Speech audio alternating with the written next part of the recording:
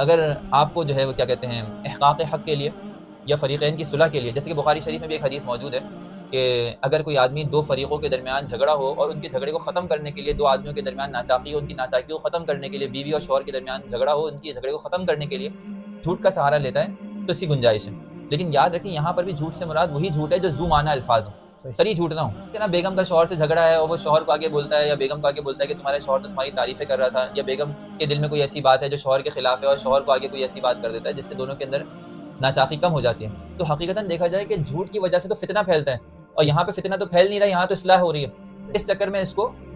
فقہا نے یا کہلے شریعت نے اس کے اندر جو ہے وہ جھوٹ کے پہلو کو نظر انداز کیا کہ بھئی چونکہ اس میں خیر ہی خیر ہے، اس میں شر کی کوئی بات نہیں ہے، اس میں فتنے کی کوئی بات نہیں ہے، تو اگر ایسے مقامات کے اوپر اپنے مال کو بچانے کے لیے اگر کوئی آدمی جھوٹ بولتا ہے یا دو فریقوں کے درمیان جھگڑا ہو رہا ہے جس کی وجہ سے فتنہ فساد پھیل رہا ہے، جھوٹ بول کے اس فریق کو جھگڑے کو ختم کرتا ہے، تو ایسے مقامات پر بعض علماء نے سی گنجائش